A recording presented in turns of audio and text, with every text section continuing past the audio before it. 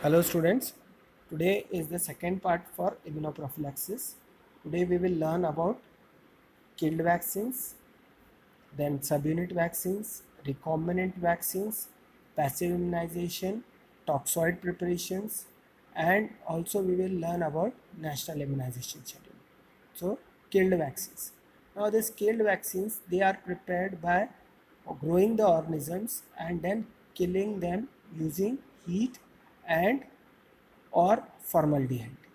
Now, these vaccines can be uh, stored normally and they don't require a temperature which is very essential for live vaccines. They can also induce immunity, but they require multiple booster doses to get a level of immunity.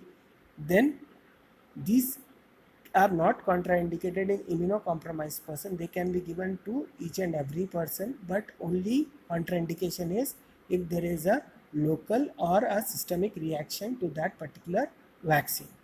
Now the examples of these killed vaccines are Salk vaccine, then you have got rabies vaccine, then there is an influenza vaccine which is a killed vaccine. These are the examples for killed vaccine. Now coming to the toxoid preparation. Toxins are the exotoxins which are released by certain bacteria, and these toxins are protein in nature. When they are exposed to either heat or they are exposed to the formaldehyde solution, they become toxin. Toxoid retain their immunogenicity but lose their toxicity. So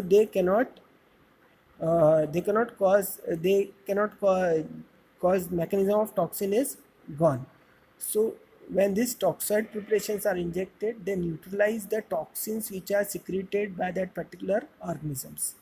The examples for toxoid preparations are tetanus toxoid, diphtheria toxoid, and also the injection DPT. It contains pertussis, which is a live attenuated, along with DT.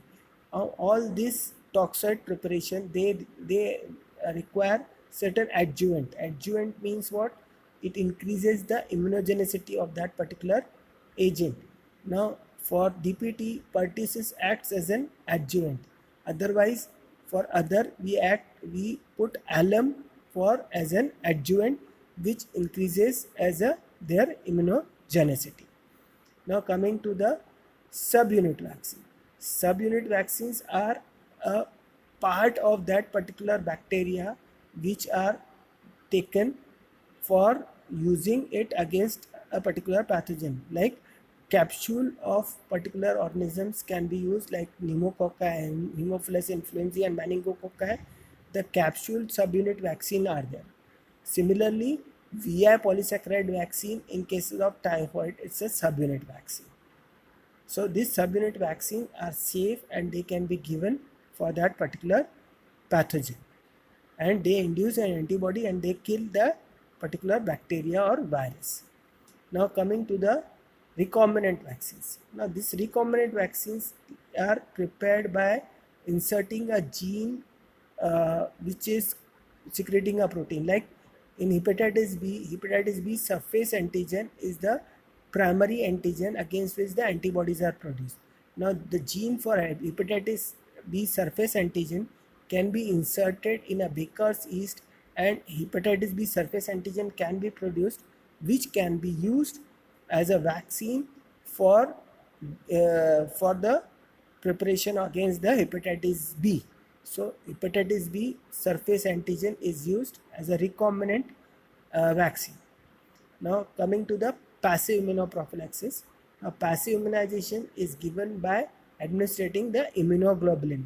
This is given only when we require a post-exposure prophylaxis against a particular pathogen, where the person is not having a previous immunity, and it is just because immunoglobulin administration will give you a ready-made immunity in form of immunoglobulin.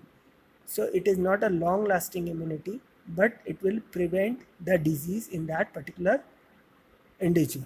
So this is regarding, and this is given like in rabies, passive immunization, diphtheria, tetanus, all this passive immunization. This immunoglobulin can be produced, previously it was produced in the bovine or equine animals, but nowadays it can be produced in the laboratory by in vitro techniques, by biotechnology. Now coming to the national immunization schedule. In national immunization schedule, there are prophylaxis in cases of pregnant women.